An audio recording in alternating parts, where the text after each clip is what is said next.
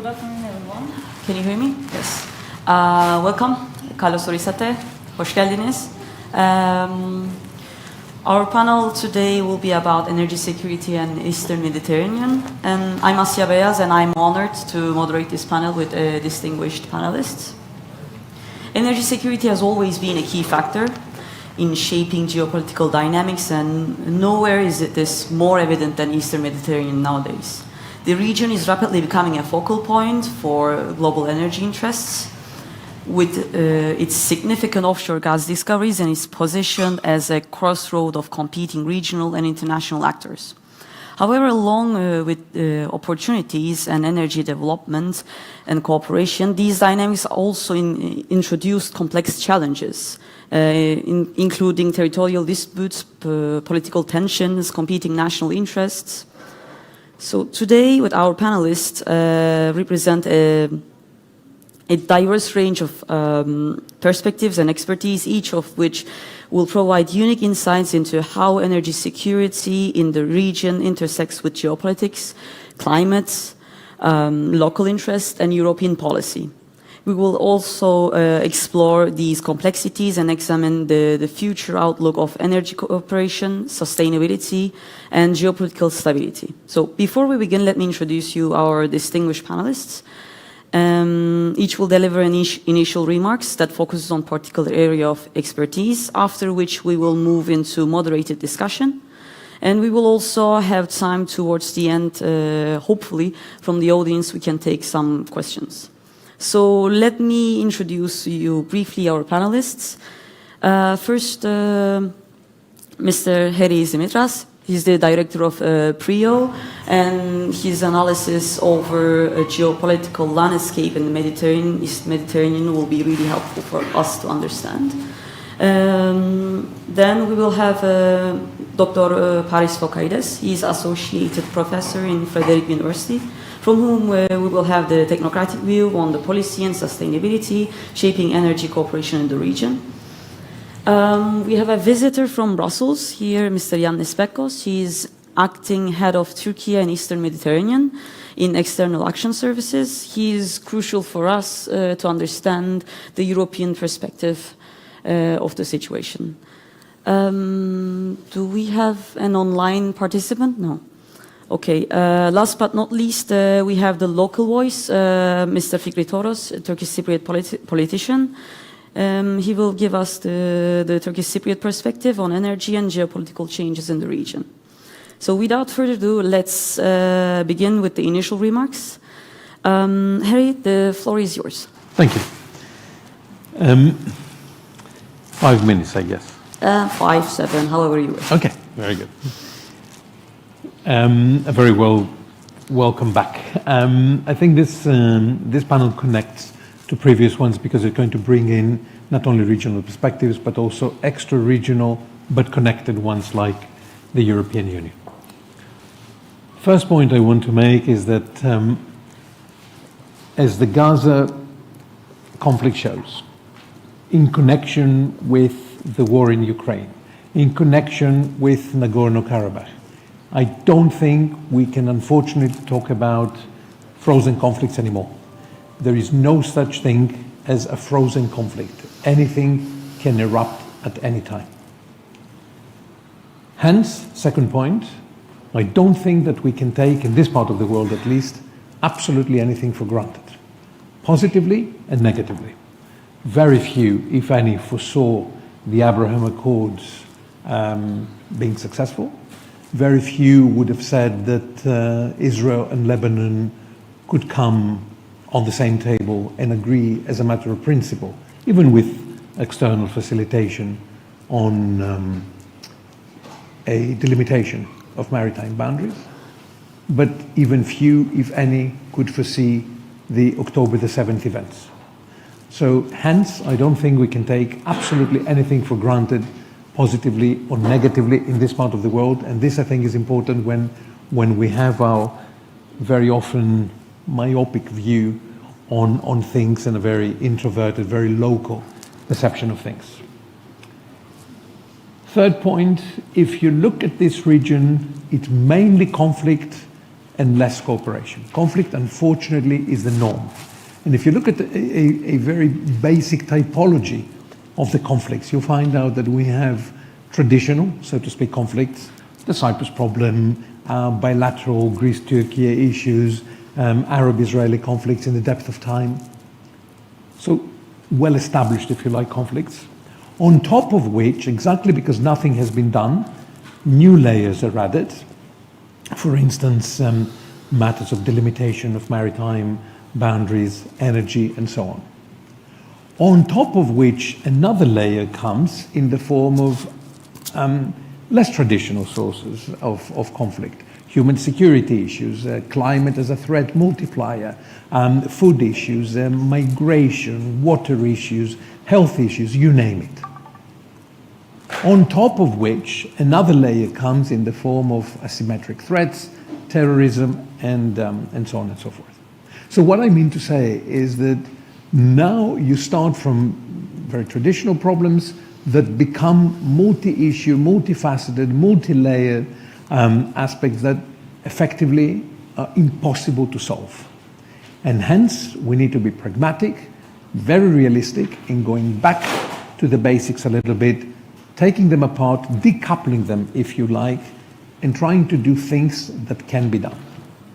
So point number 3.5, if you like, or 4, my personal suggestion, and that has to do with energy, and I can say a couple of things in a minute, I think we need to steer clear of the grand debates of war and peace. It's important to have them, it's important to let them run their track, but I think our attention at the moment should be focused to things that can be done.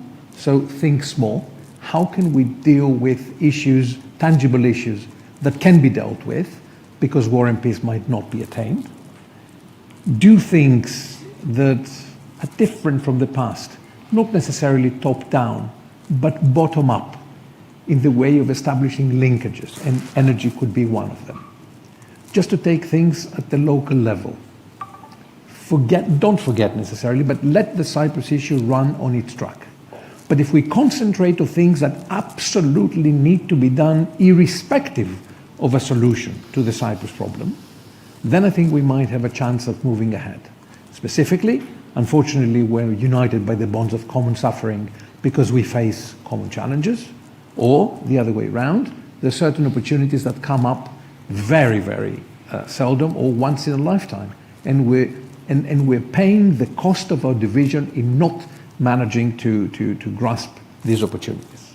A climatic challenge is here, and it doesn't really recognize green lines and borders and so on and so forth, but we are barred from doing something about it in common. If we were, and energy could be a very nice into it, I think we're attaining two goals. One, we actually do something about the problem that does unite us. B, through this, we establish a rudimentary form of cooperation that is perhaps unheard of in certain circles, and it proves to the public that things can be done tangibly in ways that can resonate with the daily reality of people. And then through this, if you do it, as I say, rather than a top-bottom, but a bottom-up approach of linkages, we were discussing with Mr. Toros just before CBMs. CBMs, unfortunately, have shown to be rather limited. Think of linkages, think of things that can be done and need to be done between the two communities here and beyond, in facilitating cooperation, notwithstanding the solution or non-solution of the Cyprus problem.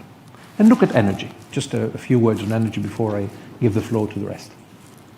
Energy has the absolute potential of leading us out of certain problems we have, connectivity-wise, access to resources-wise, energy as a fundamental pillar of the existence of people and the state as such, a way out of our daily misery. What do I mean by daily misery?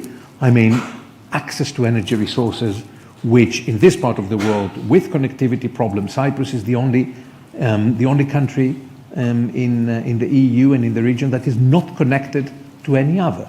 In an area of a host of problems and tensions that can highlight on a daily basis the need to have access to resources. Misery out of a climatic challenge here. Unfortunately, Cyprus, and I talk only on the Republic of Cyprus, and I think this is matched, if not worse, in the north. Electricity is produced through mazout. Mazout is the worst kind of fossil fuel there is.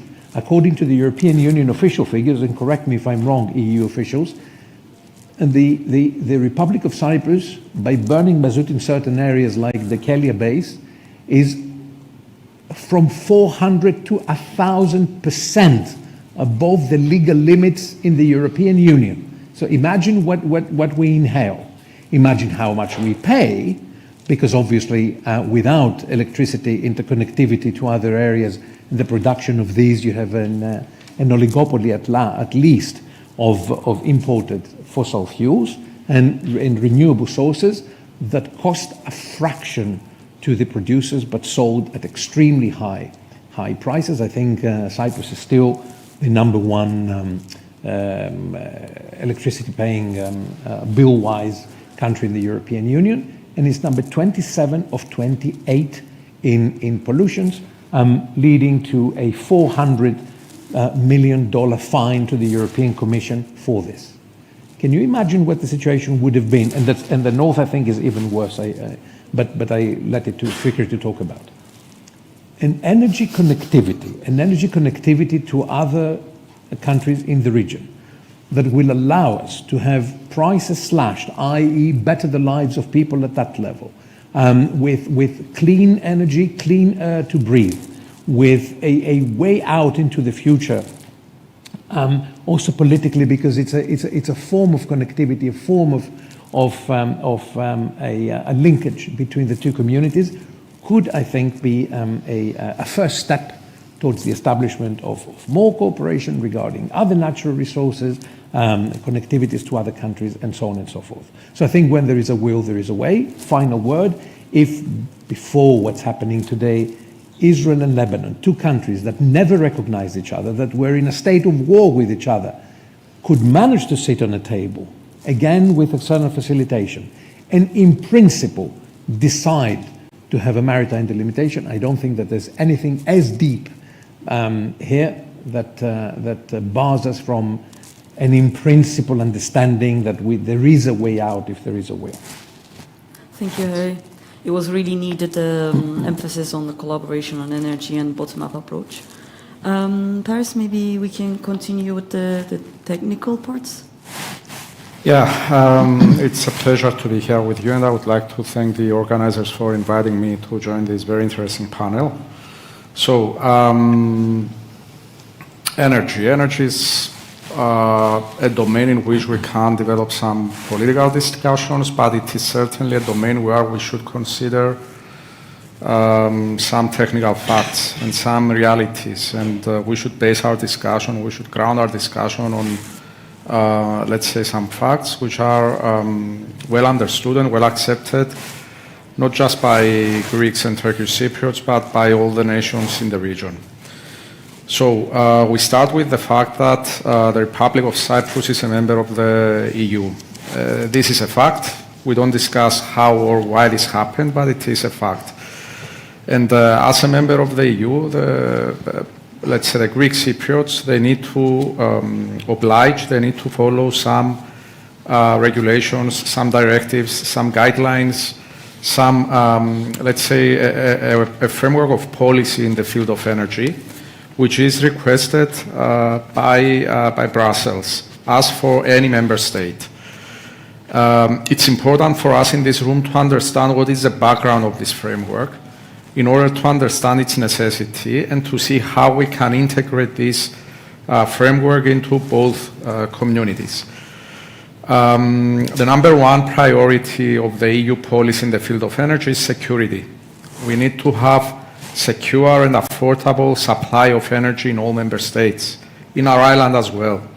And why do we need that? The reason we need that is because the energy, the price of the energy, the availability of the energy is linked to all, let's say, activities of the market, to the day-to-day performance of the market, of the industry, of any, let's say, developments that we have. So all member states and the main policy in Brussels requires that we boost those practices and those methods that we secure affordable and sufficient energy for all the member states. So this is the first priority. We also have issues which are related to the climate change, related to sustainability. And so we also have a set of policies which focus on sustainable energy. So we wish to have low carbon energy, low carbon economy based on circularity principles, based on the use of renewable energies, based on the use of clean technologies. And this is a major transition that we are experiencing as well in Cyprus the past 20 or even less 15 years. And another vision of the EU policy in the field of energy refers to the joint energy market. So the vision that we have for 2040 is that all member states, we have a joint electricity and natural gas market. Why do we need to do that? We need to do that in order to secure that we have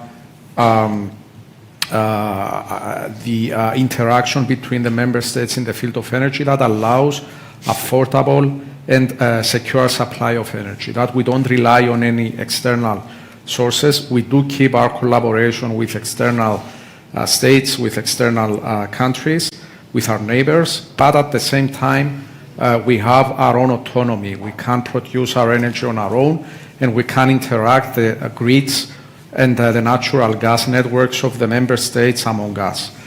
So I tried to condense the EU policy in the field of energy in these three areas.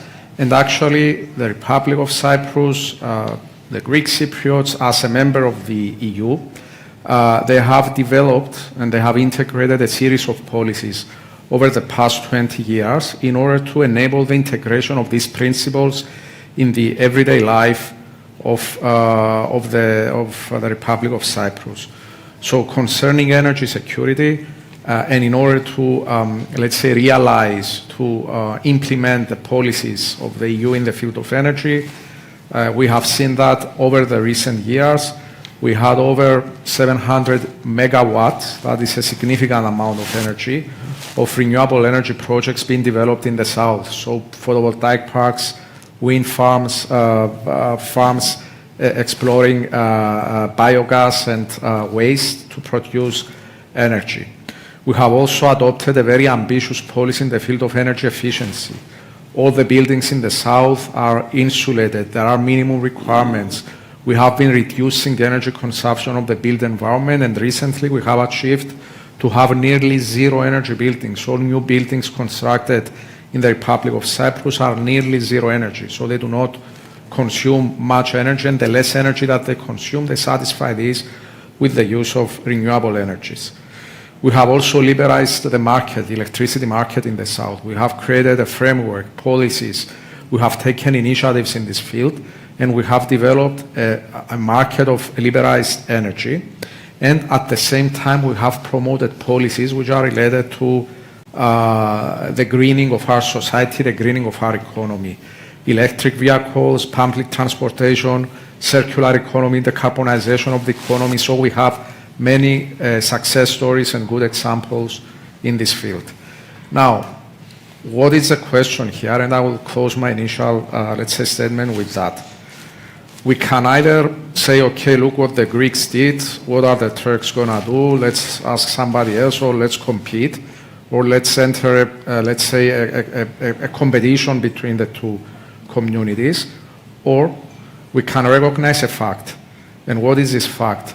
No matter what solution we will find in the future, it might be a federal Cyprus, a confederation, it might be whatever, no matter what solution we will find in the future, the new state to, let's say, result will be a member of the EU, will be an EU member state. So this means that the policies that have been developed and integrated in the south the past 20 years will sooner or later be implemented in the north as well. So the sooner we start collaborating in integrating these principles, these technologies which are based on very simple approaches. What do we want? We want clean energy, we want energy security, we want collaboration between the member states and sustainability. This is what we discuss about. So the sooner we approach the two energy systems and we start working together, integrating these policies in the north as well, so the better will be for our future. And I'm closing saying that the field of energy is a field where we can work together, and we should envision the reunification of the energy system of the two communities as soon as possible. So we are lucky to have the good examples from Brussels. Let's work on those together. Thank you so much. I see that we have our online participant joining us. I want to introduce him as well. Professor Mitat Celikpala, we have the chance to hear from him as well. He's the Vice Rector and Professor of International Relations at Kadir University. He's the right person to ask insights on Turkey's geopolitical positioning and energy strategies in the region. So maybe I can have your initial remarks as well while you're here. Thank you. I think, I'm sorry I'm a little bit late, I checked it, but hi from Istanbul to all the panelists, and of course I wish a kind of a success to Cyprus panel. Therefore, it's a pleasure and honor to be part of such a kind of a discussion on the energy issue as well as the Eastern Mediterranean related issues. In the initial, points, I would like to say that there are many things, developing things in and around Eastern Mediterranean, or all those global and regional developments are affecting not only Turkey's but the other regional actors' policies in the region regarding what's going on or the energy-related issues. Therefore, we have to follow not only what's happening in the north, in the Black Sea area, Russia and the others, but currently we need to understand what's going on in Israel, Gaza, and the other regions, as well as what's going on within the Cyprus, the island itself. The story began in the mid-2000s with the discovery of natural gas deposits in the Eastern Mediterranean. And for Ankara, let me say that Ankara considered it a kind of a development compatible with common interests, initially serving Turkey and Europe's energy security and diversity, because those are the different years, in fact, for not only for Ankara, but for the EU, as well as all the regional actors. And initially, the transportation of the Eastern Mediterranean resources, in those days we were discussing, to Turkey, to the European markets, and many people in Ankara thinks that it will contribute to the meeting Turkey's needs and to turn Turkey into a kind of a regional energy hub. Within 20-25 years, we have different game changers in the region. It's beyond Ankara's control or any other regional actors' control, but it contributes Ankara's perspective and discussions. As I said, initially it was a chance for all of us in Ankara to make Turkey a hub. This line is alongside supporting Northern Iraqi, Azerbaijani resources, was significant for ensuring diversity not only for Turkey but for the EU as well. Therefore, initially Ankara sees this project as a great project to contribute to resolve the Cyprus issue, to contribute to Ankara's membership to EU, or to normalize relations between Turkey and Greece, and try to make both actors as a kind of partners to contribute to peace and the other regions. But then what comes? Those exclusive economic zone disagreements or agreements between relevant countries after Egypt discovered those Zohr deposits, and it already found deposits of the coast of Cyprus and of course Israeli, then leaving Ankara out. And this development moved the issue into the area of sharing maritime jurisdiction, and moreover initiatives such as the Eastern Mediterranean Gas Forum in January 2019, which marginalized Ankara by excluding it, also brought the competition into a kind of a strategic level. And those were the discussions and levels. Then we see the possibility of the Eastern Mediterranean gas flowing into international markets due to new agreements, leaving Turkey out and the region's most significant consumer and importer. And this was a case and concern for many in Ankara, and it will mean that one of the essential pillars of the policy of becoming a regional energy hub will be lost. And then we see a kind of a tougher policy perspective from Ankara. And Ankara used different means of foreign policy, including military dimension and escalation, to overcome the regional exclusion it faced during this period. And this is very important. And the Libya issue was a level, despite the reactions of Greece and France, for example, to join oil and gas exploration activities have been undertaken off the coast of Libya, and Turkey tried to establish an alternative ways and means, tried to develop and push the actors to other side. And of course, another discussion was, of course, very famous Blue Homeland discussion since 2006, and in response to the Eastern Mediterranean Energy Forum and the other military cooperation initiatives that exclude Turkey's letter to the UN in 2019, which defined the borders of its maritime areas as the country with the longest coastal line in the Eastern Mediterranean, and made it clear that it will protect this with the naval forces it sent to the region, was a kind of an evaluation of preparing coercive diplomacy in the Mediterranean balances. But in short, all those activities in different areas from 2000 up to 2024 today, we have different regional issues that forced Ankara to change its attitude as well as the other actors. And therefore, it's very important for Turkey to normalize with the actors.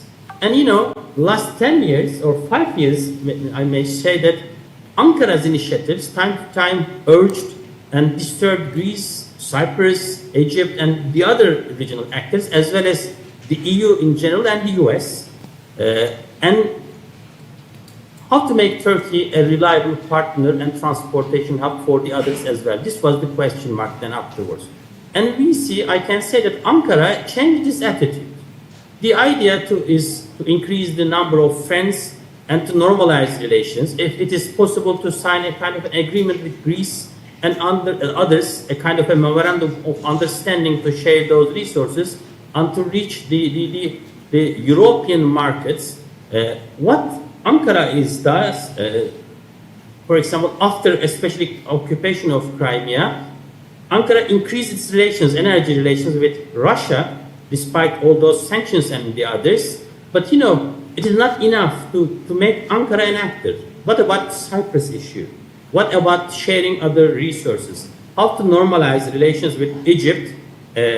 Those are the issues on the table. And before Gaza event, for example, I was a little bit optimistic regarding relations because Ankara was trying to normalize relations with Egypt. And it was a kind of a clue that Turkish-Greece relations are becoming much better. There is a kind of an understanding. And Cyprus issue is a totally other issue, but you know, Ankara's policies are different than the previous period, and it was an issue of domestic issue within the Cypriots, and most probably this is the other thing. But what happened lately in Gaza and Israelis, I don't know what kind of a role we need to see for Ankara. Is Ankara's perspective will be productive and find some ways to normalize relations with the others? And is it possible to make Ankara a partner for all the regional actors, and of course the other energy forums actors' attitude towards Israel is also important, and Palestine. And therefore, last 2 years we have a kind of expectations, promising expectations, but it seems that it's going to be much more complicated. But for the sharing and protecting those resources, the scene has already set. It is far away from Ankara or Ankara's reach, but the Cyprus issue is the main denominator of the future developments regarding the share and Ankara's role as a route or the partner. Let me stop here, and in the second round I may try to add some explanations as well. Thank you so much for explaining us the Turkish perspective as well. Maybe now we can turn to Mr. Begkos. for understanding a bit more the EU's part of this. Thank you. Allow me to first to go back to 2019. It's important, I think, to recall that the European Commission presented back then the Green Deal, which is a new strategic vision. It's important to say that it's not only about the fight against climate change. It's something far more ambitious, which is a recalibration of the energy mix, a shift towards clean energy, and fundamentally a new economic model. And this transition to this new economic model was very well financed, and with these two components in place, strategic vision and financing, the green transition presents a major opportunity for European and other industries, markets, and the countries in the neighborhood as well. So that was the initial plan in 2019. But in the meantime, we had Russia's war of aggression against Ukraine, and later on the situation in the Middle East. And the war in Ukraine changed the paradigms across the board, including on energy.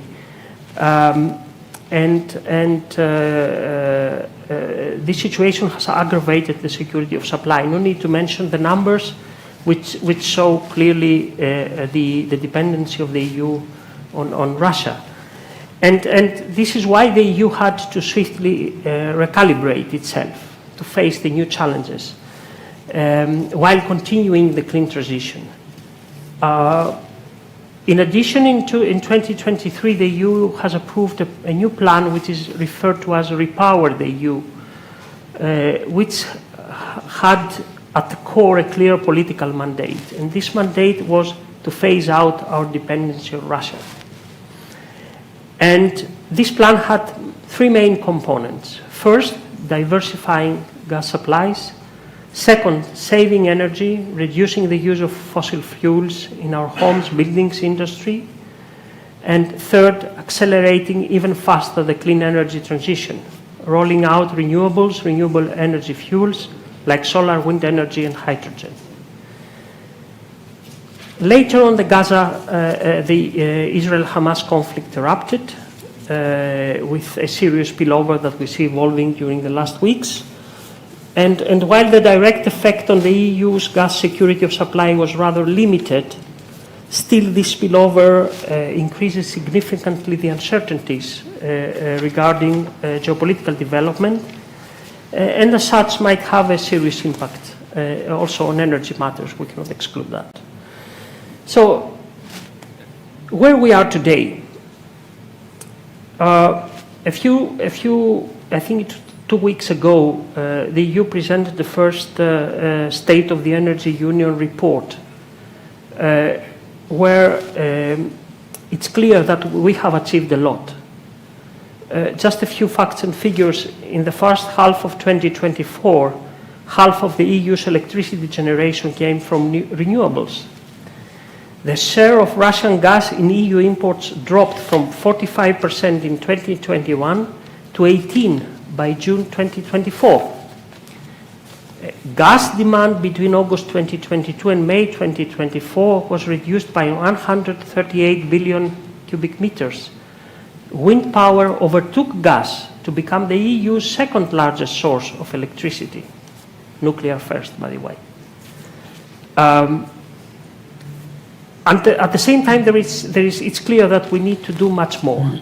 And the EU will need to continue to diversify energy supply channels, and this brings me to the Eastern Mediterranean, which is of key interest for the European Union, very significant, and mainly also in terms of energy for two reasons. The region hosts a potentially vast amount of energy resources, and plus it harbors important opportunities for connectivity. And clearly for us, the region can contribute to energy security, importantly, with projects where political expediency can break impasses and where energy security imperatives can align with the objective of reducing emissions. Easy to say, difficult to do, of course. But it's clear that for the time being, the EU still needs for its own energy security gas resources. And we see planning of infrastructure in the region, even in the absence, in some cases, of cooperative arrangements between different actors.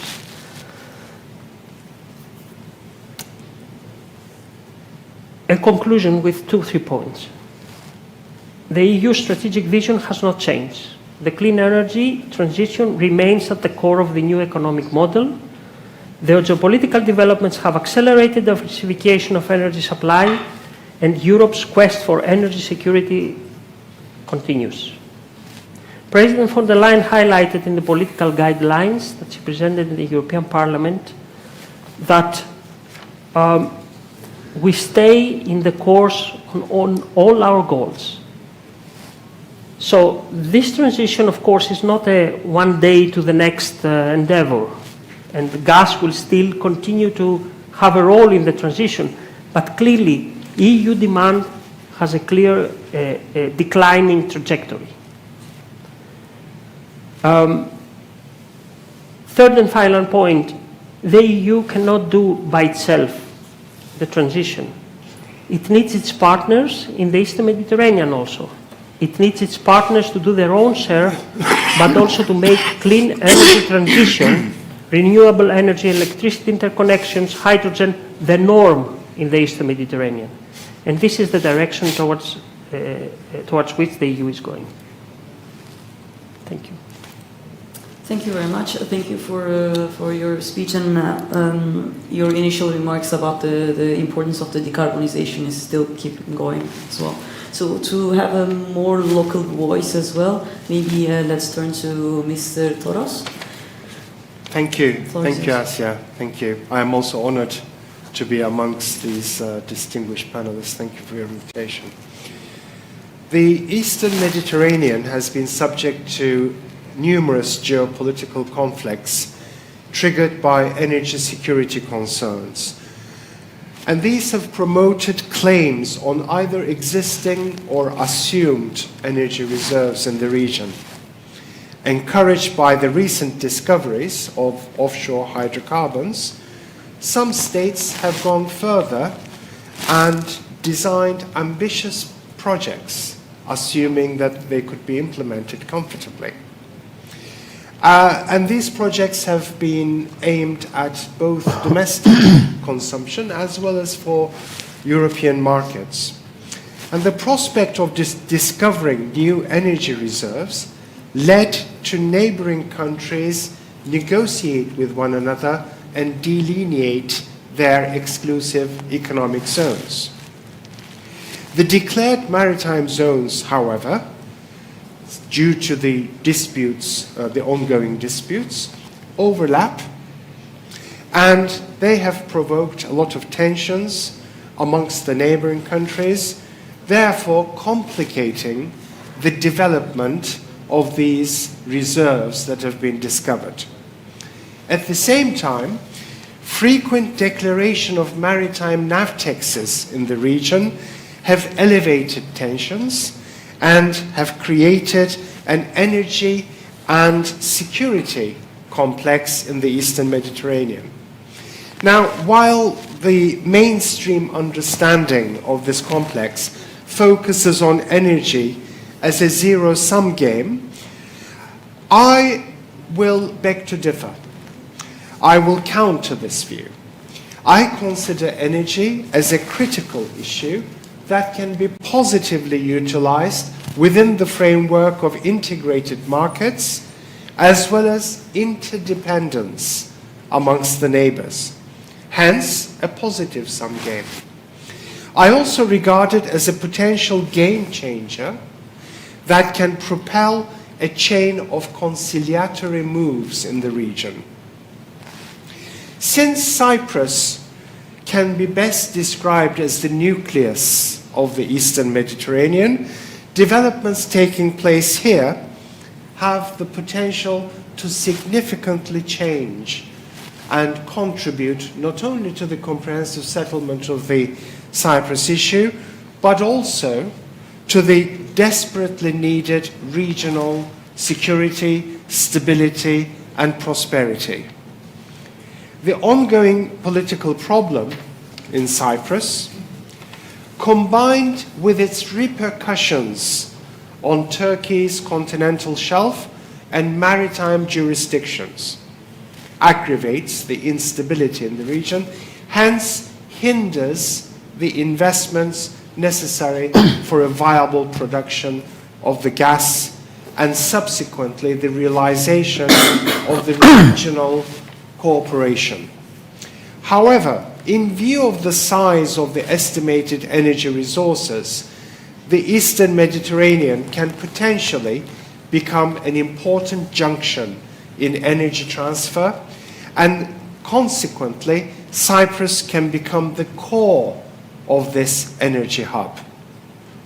Disputes related to maritime jurisdiction areas negatively impact the Cyprus issue and efforts on the comprehensive settlement. The energy equation that has emerged in the context of its Eastern Mediterranean energy resources lead the parties to a serious challenge due to issues associated with the Cyprus problem and the disputed maritime zones surrounding the island. Disputes associated with the sharing of energy resources have also further complicated the already existing political issues amongst the parties. At the same time, however, it is my conviction that these all can be effective incentives to leverage the comprehensive and sustainable settlement of these disputes.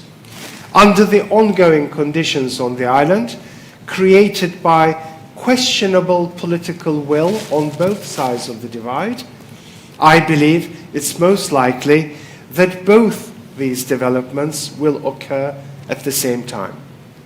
Global energy trends, particularly those linked with the EU and Turkey, as well as their impact on economic adversities, will determine how strong an incentive these projects will be for a comprehensive political settlement of the Cyprus issue. New energy resources discovered in the Eastern Mediterranean concern at least 7 countries, amongst which there are political issues. As far as I'm concerned, there is a desperate need to restore the existing geopolitical relations under the spirit of synergy and partnership before we can expect an active and viable operation of the investments. As Harry very bluntly stated, there's no such thing as a frozen conflict. Therefore, they cannot be let lie idle. The benefit gained by one of these actors from sharing of energy reserves in the region must not come at the expense of the other. Those of you who are familiar with the Cyprus issue will be very, very familiar with this argument. On the contrary, it must be based on a model of absolute win-win. Enhancement of all-party benefit-based synergy integrated with the solution of the issues will enhance the creation of an environment conducive to the urgently needed regional peace, security, and stability.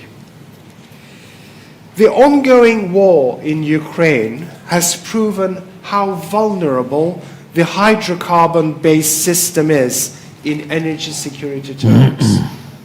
Therefore, as an alternative potential source in close vicinity, I hope the revival of the exploration activities in the Eastern Mediterranean gathers pace in 2025.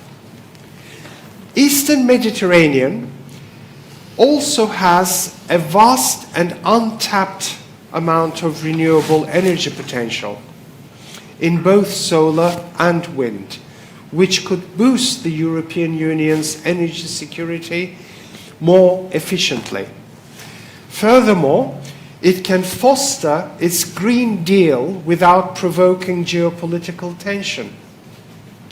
Since the electricity interconnections throughout Europe have become under the spotlight, the unregulated Eastern Mediterranean region has become of vital importance. It exhibits the biggest renewable energy generation potential throughout Europe at a time that the EU is in the process of implementing its Green Deal strategy. The fight against common existential environmental threats, which can also be potentially aggravated by a mass migration wave towards Europe through Turkey and Greece, sooner or later will become a matter of survival. Therefore, cooperation will not be a choice, but a necessity in order to survive. The sooner the regional actors realize this, the better they will address their impeding natural disasters. Anything else is literally just an attempt to resist the future. Thank you. Thank you so much. Thank you all our panelists for shedding light on different aspects of the energy security and geopolitics in the Eastern Mediterranean.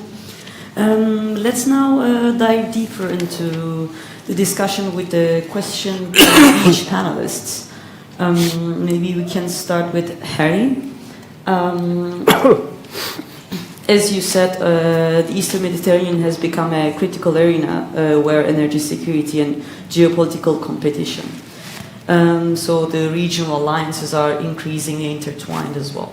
With the strategic positioning of the global powers, for example, unprecedented partnership agreement between the Republic of Cyprus and the USA, how do you see these dynamics shaping the region's future? As I said, unfortunately, this is a region of tension where is a normality rather than the exception. But I very, very much agree with what Fikri was saying on cooperation being a necessity and not a choice. A couple of things that might spring to mind. One is, I think we're consumed always with today, tomorrow, and maybe the next electoral horizon. I suggest that we go 30,000 feet up and look not only on the region, but situating the region and certainly the local within a broader framework in order for what we say to make sense. Because politically it might, but technically or financially it might not. Technically and financially it might, but politically it might not. I mentioned before that about taking things for granted. We've taken for granted both conflicts, but also resources. Neither of the two has necessarily to be that. There's a lot of discussion these days on connectivities and cables and all. Have we taken for granted the cooperation between, just to take an example, the Republic of Cyprus and Greece? Yes. Is it now unprecedentedly challenged? Also yes. Have we taken for granted the animosity between Athens and Ankara? Yes. Is there an electrical connectivity between the two that has never been disrupted despite the occasional or less than occasional problems? Is there economic trade of electricity between the two? Yes. Is Russian gas still flowing through Ukrainian pipelines to the day at a cost of or benefit 1.2 billion? Yes, despite the war. Throughout the 50 years of the Cold War, I think 3 years ago we had the celebrations in Vienna, never had the provision of Russian gas or oil before to the West been disrupted. Not a single day. So I think we're talking a little bit too much about political risk for cables and so many other things, and I think people are hiding behind that. To take a further example, now with what happened very recently in Kassos area, and the potential claims that Turkey might be raising. Yes, indeed, it's a possibility. All big projects have that. But in the recent case, Turkey was present but not involved. And secondly, in all that region, there are quite a few cables going on. What you see now online is a cable going there. So, again, when there is a will, there is a way. Have we taken other things for granted, like, for instance, Egypt being a huge provider to itself, to the region, to Europe? Yes. What is the situation now? Egypt is in the deepest possible problem it could ever imagine, with the huge fields like Zohr field delivering at less than 40% of the originally envisaged, with Egypt now a major importer rather than exporter of energy, with Egypt owing the big IOCs more than 6 billion and nobody venturing in any more business ventures in Egypt, with a huge financial problem of foreign currency, with the West and the UAE and others now needing to inject 57 billion to the Egyptian economy. This is things that happened in the last year only. So I wouldn't take things for granted either this way or that way. Last thing perhaps on contestation and whatnot. Yes, the Eastern Mediterranean has always been an area of a threat of contestation of powers. Perhaps the United States might have realized a little later than leaving the area in 2015, effectively under the Obama administration, led to a vacuum that others started to fill in.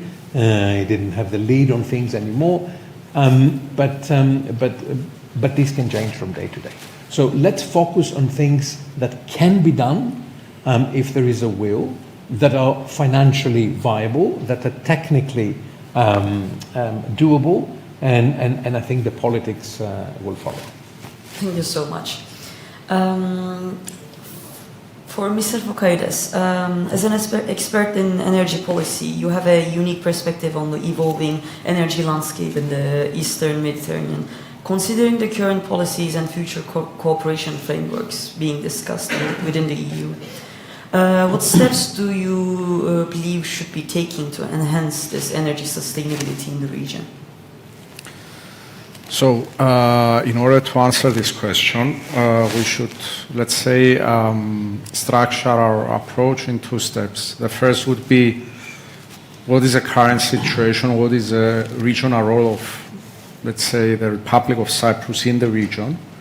And then to envision what could be the next step and how we could work together with the Turkish Cypriot community, with the Turkish Cypriot side administration, you can name this as you wish, to work together towards a mutual vision.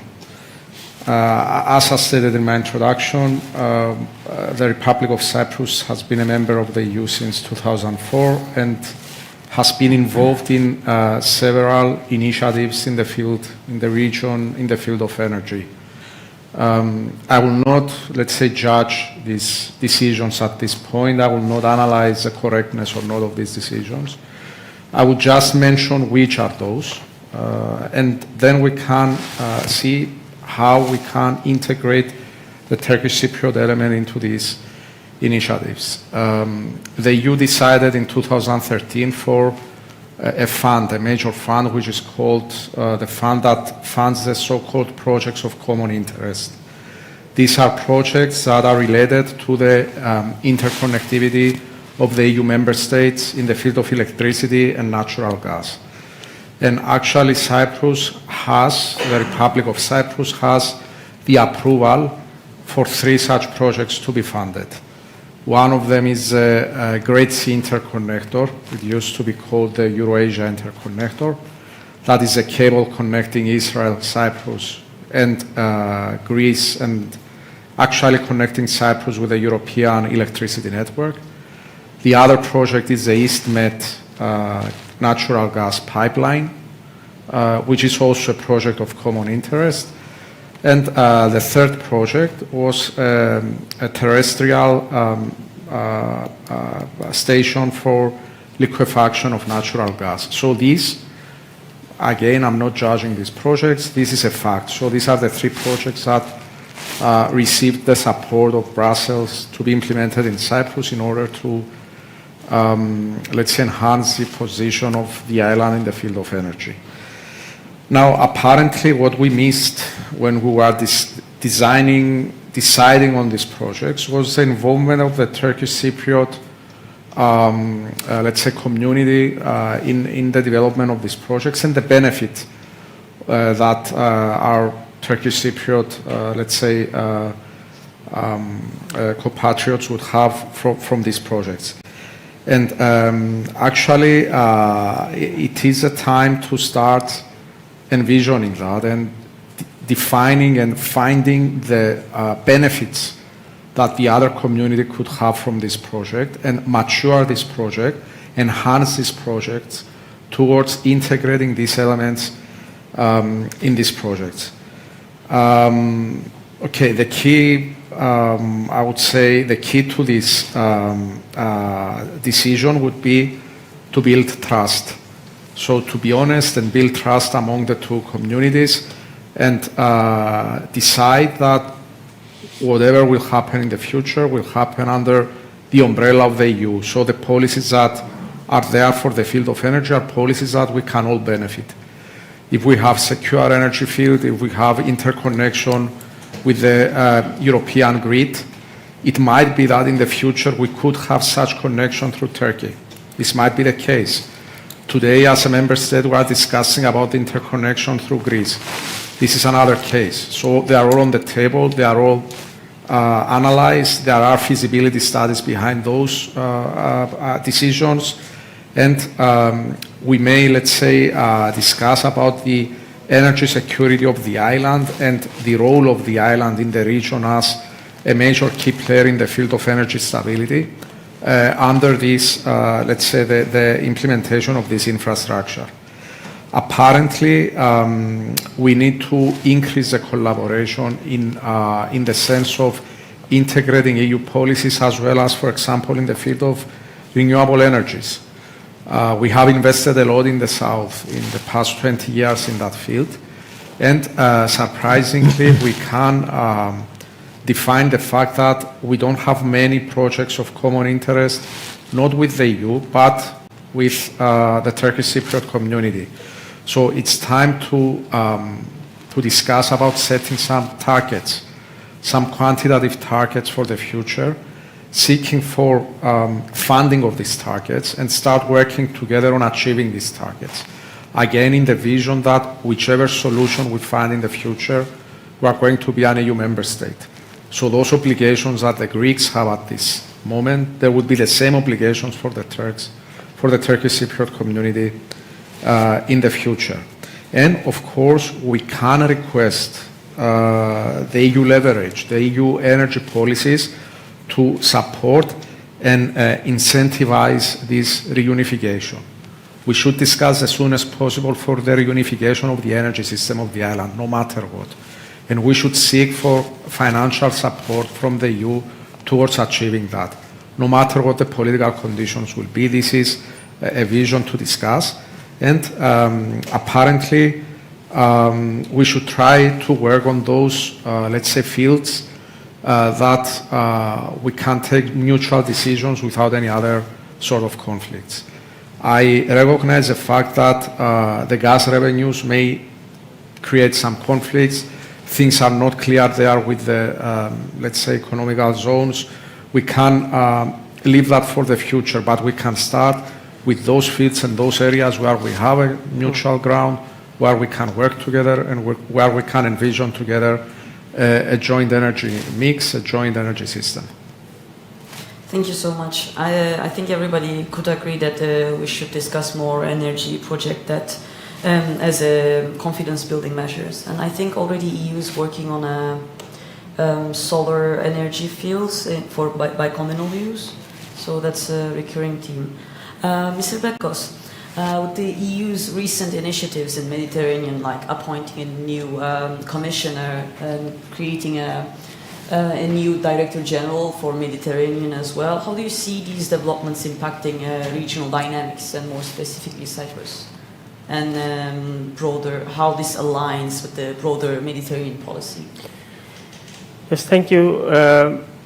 I mentioned before that in the past years the EU has worked intensively on developing a vast volume of policies, regulations, instruments on the area of energy, and this more focused approach comes now with a more focused approach also to our wider neighborhood, and especially to the Mediterranean. And this is why President von der Leyen appointed a dedicated commissioner for the Mediterranean, and she will have the general directorate to support her work. This is very important.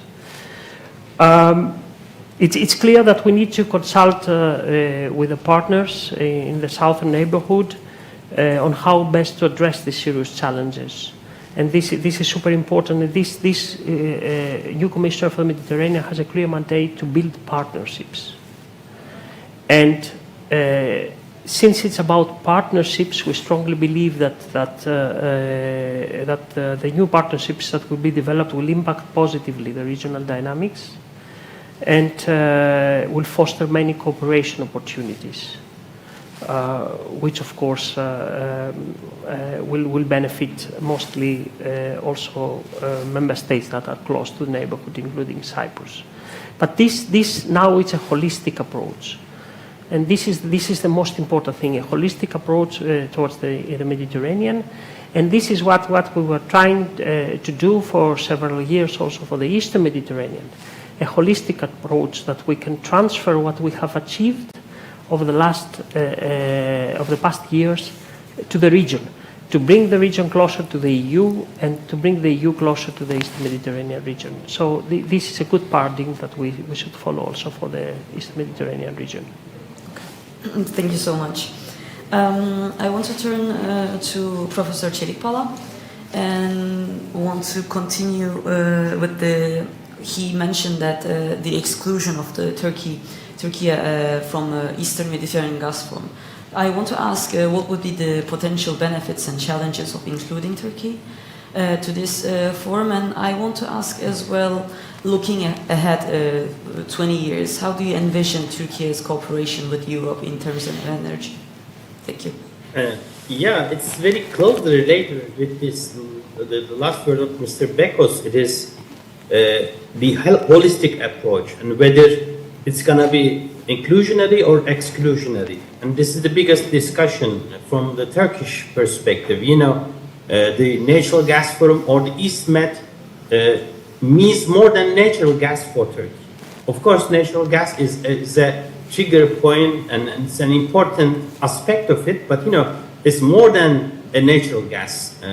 The maritime zone delimitation, and it's the primary source of discomfort for a long while, especially territorial waters, the continental shelf, and the exclusive economic zone related issues. Of course, Cyprus issue is an issue and the giant issue.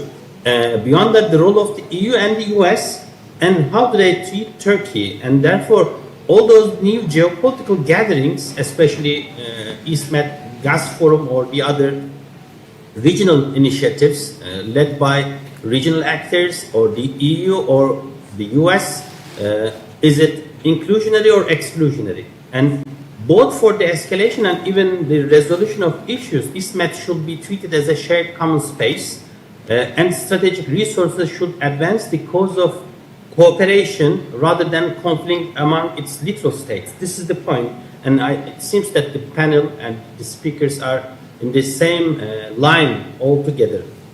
But you know, while there are many ways to achieve these lofty goals, they all require Europe to develop a geopolitical vision and commitment, and therefore any appointment or new commissioner is welcomed by Turkey most probably, or the experts in Turkey. But is it going to be inclusionary or exclusionary of Turkey? How to treat Turkey? This is the thing. What we need, the toning down rhetoric to avoid narrative of entrapment, as Harry mentioned, it's very important. We need to focus the things that can be done in the region together with Turkey, and setting all inclusive regional or international meetings or conferences to serve as effective means. This may be done to make Turkey a member of the East-Med Gas Forum, or to develop an alternative proposal. It depends. All the actors and Ankara, it seems that openly called for an Eastern Mediterranean conference to find a win-win formula serving the interests of all parties to resolve pending issues peacefully. This is an important development, and advancing a visionary EU plan to deal with the conflict is an important thing, and we need to develop a posture to enhance cooperation and search for possibilities to improve Turkey's importance as a partner for the EU and contributor to Europe's common security, energy and defense policies. This is the perspective. And I see against this backdrop, Ankara stepped back from its coercive and unilateral diplomacy and undertook steps towards cooperation and de-escalation in its foreign and security policy, seeking a kind of a new normalization with neighbors and allies.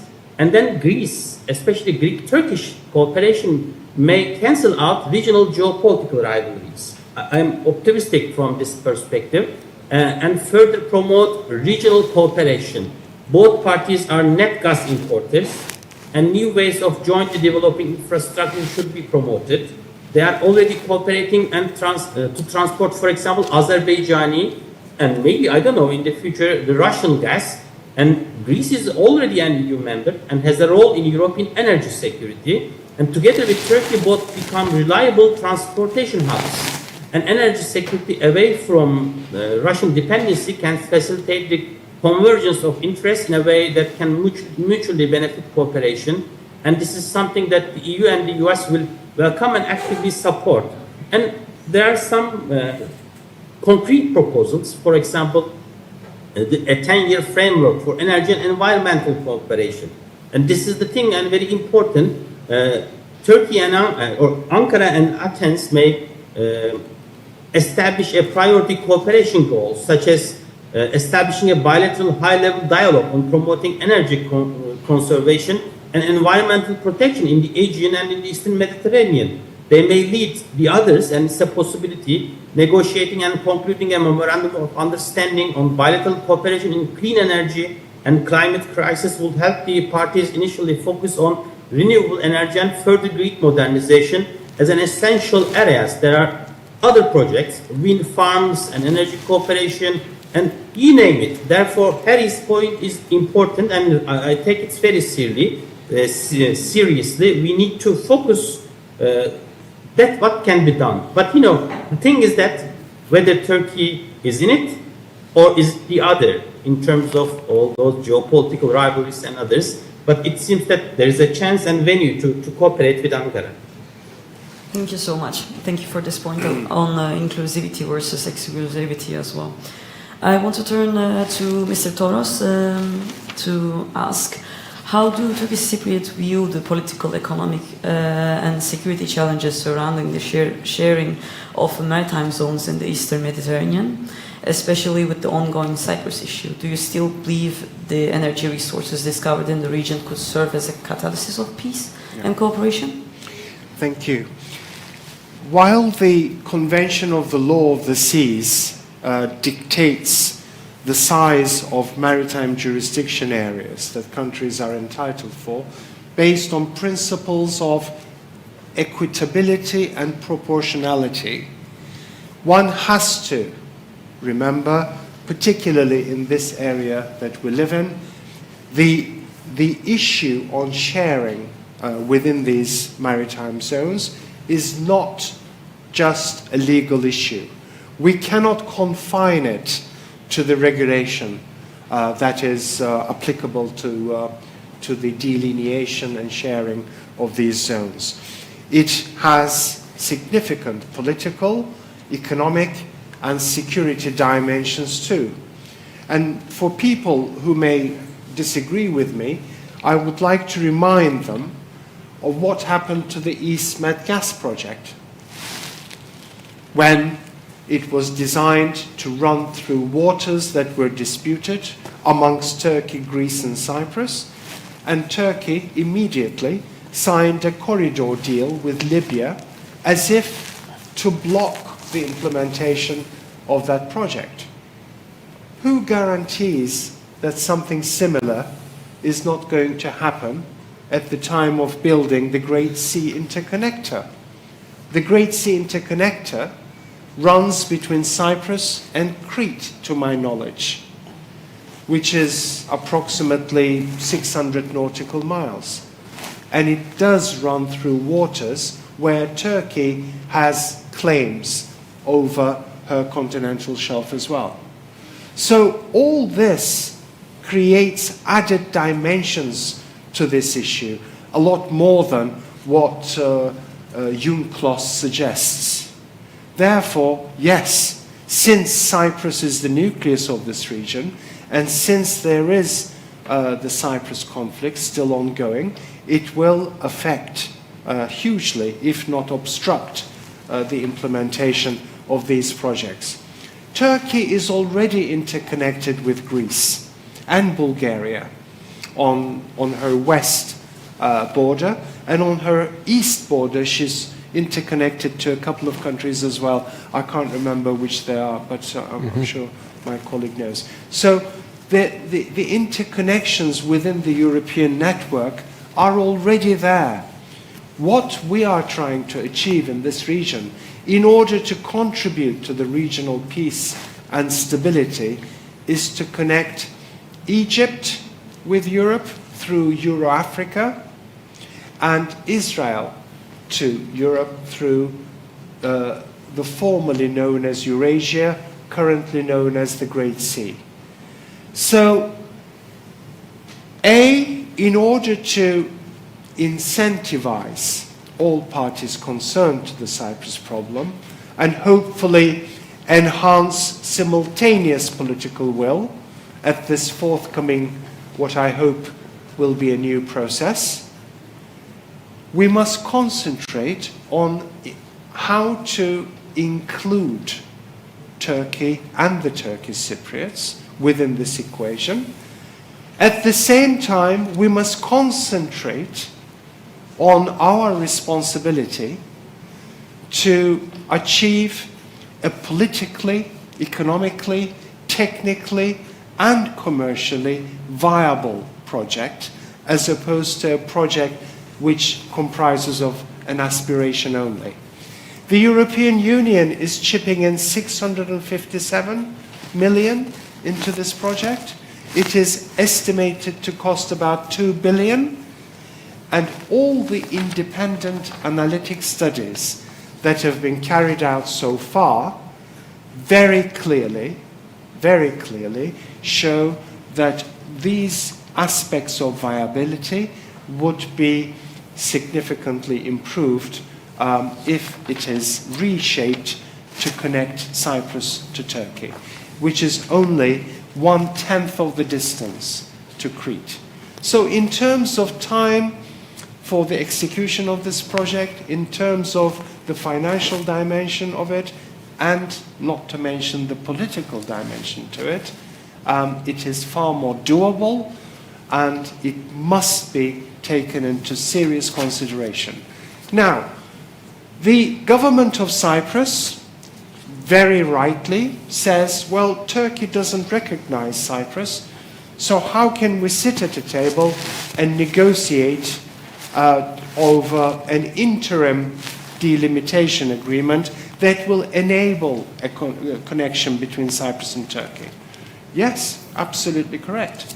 However, we have the United Nations, who is taking the negotiations on the Cyprus issue under their auspices. We have a Secretary General of the United Nations, very strongly supported by the EU and the USA, in order to take a new initiative over the Cyprus settlement process. Why not utilize him? Why not follow what Israel and Lebanon did? I think Harry mentioned that in his initial remarks. Lebanon and Israel, very conflicted countries with bloodshed between them. They called in help from the United States, who appointed a special envoy, and they arbitrated under his leadership, under that American envoy's arbitration. And they did an interim agreement on the delineation that enabled them grant licenses in their own exclusive zones, irrespective of whether there are discoveries in those areas or not, which I believe there aren't. But why doesn't the government of Cyprus consider this and urge the United Nations Secretary General to facilitate an interim agreement between Cyprus and Turkey? This will not only enable the implementation of this EU-backed project in a far more viable way, but also it would leverage by incentivizing Turkey and the Turkish Cypriots and the Greek Cypriots, because it's a win-win project. By incentivizing all parties concerned, it would have a strong leverage on the creation of simultaneous political will. This is only one of the leverages that Harry also emphasized by saying a bottom-up approach. I couldn't agree more, Harry. And it is these projects that will be in all parties' benefit that must be prioritized. Obviously, for these projects to be implemented, we need a political and a legal basis. And that is what we must aim to achieve under the auspices of the Secretary General at this forthcoming new attempt, a strategic political agreement that will set basis for the implementation of these, what I call high-impact confidence-building measures. But energy and security are the two areas that are of utmost priority at the moment, not only in this area, but also within the European Union as well. With the growing need for added security mechanisms, the expansion strategies, the closer ties and relations with NATO, all necessitate the prioritization of a focus on energy and security. And this is what will change the climate on Cyprus as well, in terms of creation of a new environment, a better environment, that will encourage synergical benefits, projects, and hopefully much more common sense. Thank you. Thank you so much. I think the common message from all the panelists was clear: cooperation is the necessity. Maybe we can move to questions from audience. Fortunately, we have time. So if you have a question, maybe you can ask by saying your name and to whom you're asking. Any questions?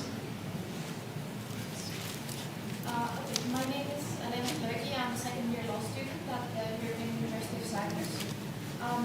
So in your opening, for Mr. Fokaides, in your opening remarks, you mentioned a confederation of Cyprus, or a federation perhaps. I wanted to focus on the first term, the confederation.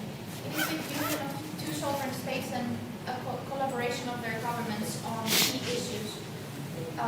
Do you think that creating a Cypriot confederation in order to ensure energy security according to EU policies is the desired path, instead of insisting on not recognizing the occupied territories as a sovereign state?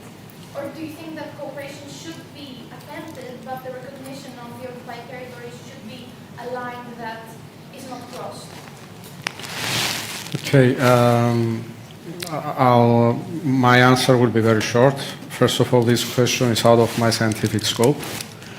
And the second of all, I'm a researcher. So a researcher always discusses on all possible scenarios. Okay, that is why I said it might be two independent states, it might be a confederation, it might be a federation, it might be a, let's say, the Republic of Cyprus, it might be anything.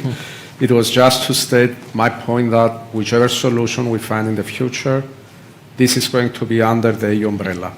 So the sooner we start jointly implementing the EU policies in the field of energy, the better for us. So this was the meaning of my statement, and to be honest with you, your question is out of my scope, and I cannot answer that one. Sorry. Yes. Kemal Baykal. Well, maybe Harry and anybody else who wants to answer this question. We are coming towards the end of 2024. Now we're going to have a trilateral dinner, not a meeting, whatever. And then we are also having, unfortunately, a very unstable development when it comes to the Middle East. And how should we envisage Turkey's interest to spend political capital on this particular regime in the Eastern Mediterranean? Be it the Cyprus problem, be it a confidence-building measure for an energy cooperation. How focused Turkey will be? Professor, also in Turkey, maybe you would like to answer to this question as well. How focused do you think that Turkey will be interested in turning its head towards this direction? Yes. So, if I may, and perhaps try to connect the two. Okay. I'll be as realistic, perhaps blunt as possible. Unfortunately, there's very little incentive at the moment in Ankara to get engaged, let alone negotiate anything, because the stakes are not there. Which means that energy is not going to be the subject matter. Perhaps Cyprus is not going to be the subject matter. I think we need to open the aperture a little bit and regarding from a very realistic, very pragmatic, perhaps as I say, blunt point of view, incentives for Ankara to get involved, it would have to be something bigger. It would have to be Ankara-EU relations, the place of Turkey in the broader region, of which Cyprus could be a chip, of which energy could be a chip. But look at what's happening at the moment, where Ankara and Athens have a rapprochement, which is not ideal, but very well going compared to the past. It's, I think, a very realistic position. A decoupling with Cyprus, which might be painful here, but it's happening. And again, it's not a value judgment of good or not, but it is happening. So obviously they're prioritizing something else that delivers to each specific benefits. In a sense then, Cyprus, because of the Cyprus problem fatigue, because of delays in engagement and all that, has been sidelined. Now, unfortunately, whatever comes out of Brussels has a little bit of a metaphysical quality in this part of the world. Brussels supports it, the EU supports it, i.e. it's happening. Tomorrow morning we're drilling, it's a wonderful thing to happen. Unfortunately not. You mentioned how 657 million have been pledged for the Great Sea Interconnector. Yes, wonderful thing. But the EU has also supported with 120 million the EastMed gas pipeline, and it didn't happen in the end. It won't happen in the end. Perhaps some of us were arguing it would never happen, but that's another story. So what I mean to say is that we need to see things from the perspective of the donor, where seed money for the development of a project is not a bad thing, but it does not necessarily mean that it's going to happen. So the answer is not, I'm afraid, going to come from law. It's going to come from politics, the incentives, financial incentives, political incentives, strategic incentives, coupled with technical feasibility on moving ahead on these things. Recognition is not a problem. I'm being very blunt here, and because this is my area, rather than Mr. Fokaides. Recognition is not a prerequisite. The paranoia of recognition should not be there. What I mean to say is that the Law of the Sea Convention was mentioned. Israel is not a signatory to the Law of the Sea Convention. This has not barred the Republic of Cyprus and Israel signing a delimitation agreement on the basis of the Law of the Sea Convention, although Israel is not. Pragmatism, not sticking with the black letter of the law. The Republic of Cyprus and Turkey, that do not recognize each other, have gone beyond recognition and are parties before the European Court of Human Rights. So forget about recognition. I know it's a pill, or what do we call it, a chewing gum here. But I don't think that if there is political will and social will, the law is going to be barring us. The other way around, we'll find legal ways of going forward. So political incentives on the basis of realistic assessments of where things stand at the moment, rather than sticking with technicalities. Thank you so much. Maybe one last question? If I may add, sure. just in this question, yes, and the political incentives might come from the EU-Turkey relationship context. And in November 2023, we presented a joint communication on the state of play of EU-Turkey relations, where we suggest specific recommendations to re-energize key areas of cooperation with Turkey. And the European Council has asked us to advance with these recommendations. So, and Turkey shows an interest to go further with it. And we think that there we have something, but we need to proceed with careful steps, proportionate, gradual steps, in order not to be counterproductive and have different results. But it's a good plan. It is there, and there is interest for both sides, on both sides, to advance on this. Thank you. Yes, we can move to the last question, I guess. Yes, your name and who you're asking. Yeah, my name is Carlos. I actually am based in Brussels, and I would address a question to the colleague from the External Action Service. Is to ask what is missing or what needs to happen in terms of the EU's role in the Cyprus issue, and just to draw a correlation between the effect of the escalation of the Russian aggression towards Ukraine in 2022, which has really transformed the EU, as this war has been Europeanized. I say it's a continental aspect of the EU, although it started in 2014 with the annexation of Crimea and so on. By 2022, the EU really is in this transformation. In the South Caucasus, because of the war and the Russian back in Armenia, the EU tried to engage in South Caucasus with the ministers of the war. And I'm wondering, in terms of the content of the EU role in an EU member state, EU territory, what needs to happen or what is blocking for the EU to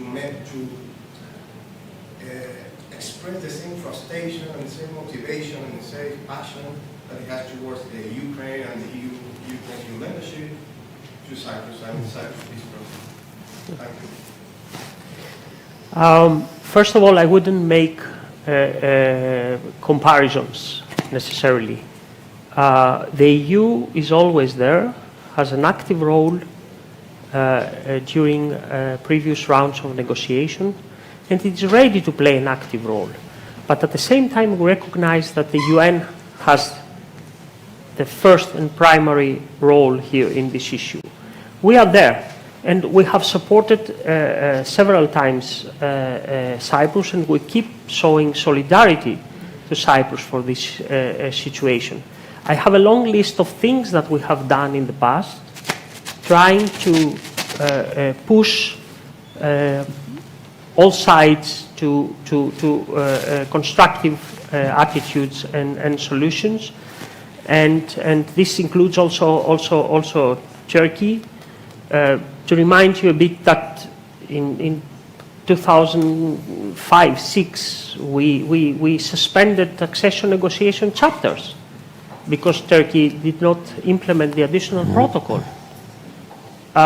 So we've done a lot, and we still keep doing, but and we think that for the time being nothing else is needed, just to be there, just to have an active role, just to inject energy in the efforts for Cyprus settlement talks to resume, and this is our approach for the time being. But when negotiations, I'm saying when, hopefully will start again, we will be there having an active role at the table.